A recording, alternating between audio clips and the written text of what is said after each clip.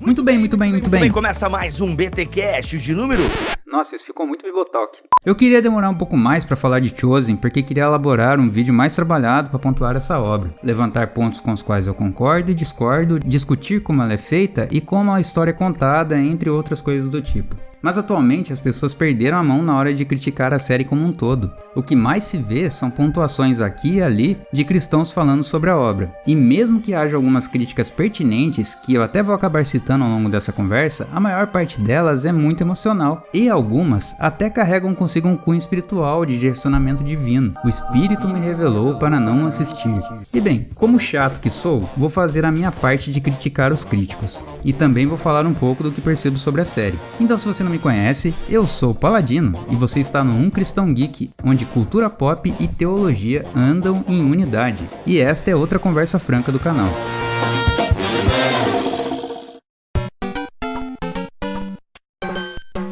Como de costume, para começarmos esse vídeo, vamos seguir o conselho do Jack e dividir em partes. Na primeira parte, eu vou explicar o que é a série Chosen e como ela se propõe. Na segunda parte, eu vou falar sobre o movimento dos cristãos em relação à série e na terceira darei minha opinião sobre a série como um todo. Certo? Certo, então vamos lá. The Chosen é uma série de televisão cristã estadunidense de drama histórico baseado na vida de Jesus. Ela foi criada, dirigida e coescrita por Dallas Jenkins e é a primeira série sobre a vida de Jesus a ter mais de 2 temporadas. O principal diferencial de Chosen em relação às outras séries sobre Jesus é justamente o que seu nome sugere, os escolhidos, que são os discípulos de Jesus arrebanhados por ele durante a sua passagem na Terra. Então a série se preocupa, além de contar a história de Cristo, em desenvolver os personagens adjacentes a ele, dando um ar mais novelístico para a trama e até mais natural, já que as pessoas ao redor de Jesus, inclusive ele mesmo, ganham um peso mais humano e passam a sensação de verossimilhança com a de um ser humano comum. As pessoas não apenas reagem às situações de Jesus, elas vivem dramas próprios e passam por dificuldades individuais. Além disso, há a participação de Cristo nessas situações. Em comparação com outras produções tão impactantes sobre a vida de Jesus, como Jesus de Nazaré de 1977 e A Paixão de Cristo de 2004, onde os discípulos são meros espectadores da passagem de Jesus, aqui existe uma interação maior entre eles, com diálogos mais bem explorados e situações cotidianas da vida comum. Bom, pelo menos comum pra época, né? Então a fama que The Chosen carrega vem muito mais por causa desse desenvolvimento lateral dos discípulos em relação a Cristo e de Cristo em relação aos discípulos, o que torna toda essa convivência mais orgânica. Além de apresentar um Jesus muito mais próximo de um ser humano comum.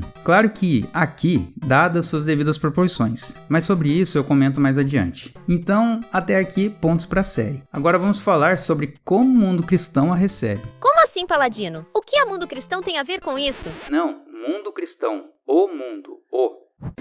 E ela tem se tornado muito popular, principalmente por apresentar um Jesus mais amistoso, mais simpático, mais humanizado e, para não dizer, mais palatável. Mas a Bíblia nos ordena, nos orienta a examinar tudo. A examinar doutrina, a examinar ensino, a examinar pastor, a examinar igreja, a examinar grupos, pessoas, tudo que fala em nome de Deus, tudo que traz o ensino.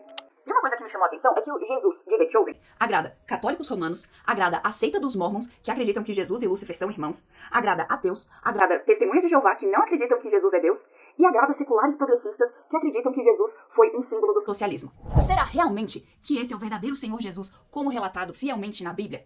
Porque se o Jesus da série agrada mais pessoas do que o verdadeiro Senhor Jesus, então tem algo muito errado aí. Bem, acho que já deu para ilustrar um pouco do que a galera pensa sobre a série, né? O que eu acho engraçado é que ao mesmo tempo que existem líderes dizendo para não assistir a série, eles mesmos incentivam as pessoas a mudarem a cultura. O que eu quero dizer com isso é que nos últimos anos, o que mais tem acontecido no mundo moderno é um manejo da cultura em relação à construção de uma percepção social que está diametralmente oposta às defesas do evangelho. Basta que você abra sua internet agora e navegue um pouco pelas redes para perceber que o mundo está convergindo cada vez mais para um ponto onde a moral, verdade, pessoalidade, conhecimento e até história estão sendo relativizados. É como se o mundo todo pegasse a teoria da relatividade de Einstein e tentasse enfiá-la entre outros campos mais subjetivos e complexos da sociedade, como se ela preenchesse uma lacuna. Veja que parece estranho só de falar isso, porque a física básica e o campo das ideias são coisas completamente diferentes umas das outras. Então, alguns conceitos que deveriam ser dados da realidade são completamente descartados em prol de uma narrativa ideológica. No meio desse caminho, estamos Somos eu e você como cristãos tentando viver nossas vidas e levar um pouco de Cristo por meio das nossas atitudes. Nas pontas dessas flechas, incentivando-nos a continuar, estão os líderes que dizem aos berros: precisamos impactar a cultura.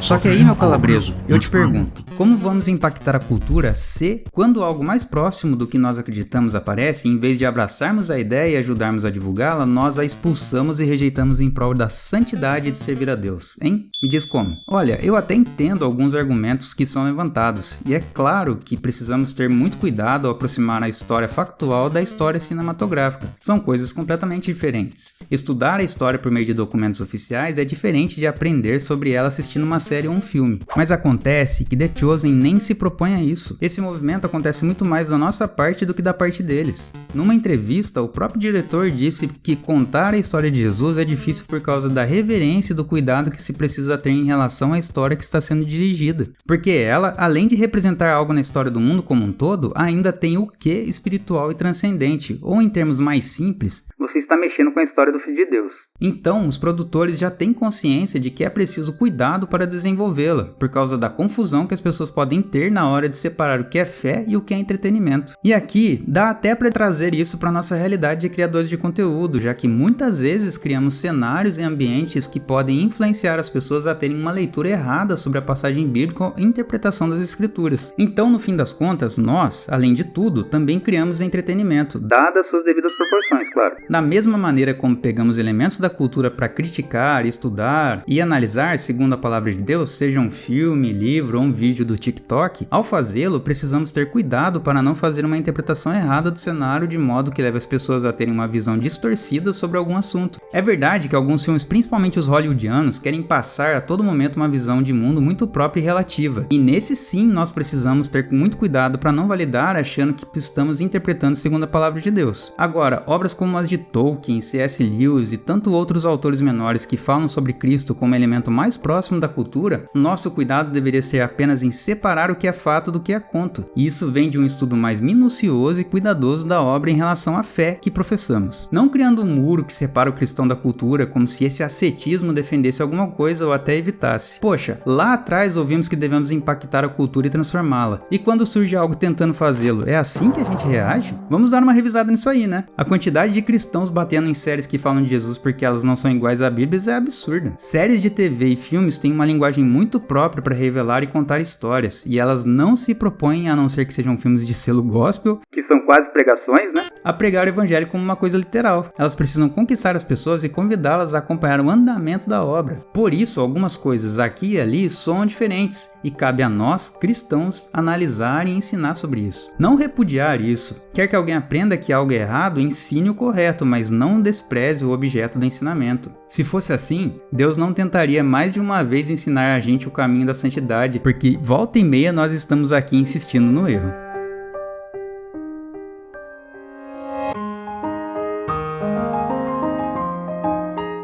Bem, falando sobre a série, eu não sou o maior fã de The Chosen. Meus amigos próximos sabem bem disso, que tenho algumas ressalvas sobre séries que falam diretamente de Cristo. Mas é algo muito pessoal, e que nem julgo muito para não confundir minha opinião fechada com o impacto que o produto realmente está tendo na cultura. Porque, alerta de spoiler, eu posso estar errado. Abraço aí a todos os pastores que falam mal de The Chosen. A gente pode estar errado, viu? Se ninguém avisou, eu tô aqui pra fazer essa parte. Mas é inegável como as pessoas têm tido a chance de perceber um Cristo muito mais misericordioso, mais humano e orgânico por causa dela. Veja, na leitura do texto bíblico, o tipo de escrita é diferente do nosso. Mesmo no Novo Testamento, que tem uma raiz mais similar à nossa escrita, o formato ali ainda é muito diferente dos dias de hoje. Não é à toa que a Bíblia tem versões revisadas da escrita para adequar o tipo de leitura mais próximo do cenário atual. E aqui eu tô falando sobre texto dissertativo, nada de atualizar a Bíblia para validar pecado. Então, versões mais próximas de um humano deveriam fazer com que as pessoas entendessem a complexidade de Cristo como homem e Deus, e se maravilhassem com isso, e não saíssem por aí parecendo aquele padre de 85 anos de mosteiro jesuíta falando: Jesus não era feliz porque na Bíblia disse que ele não sorria. Para, né? Voltamos lá para a terceira série do Fundamental? Nem Naruto é tão infantil assim, pô. Mas...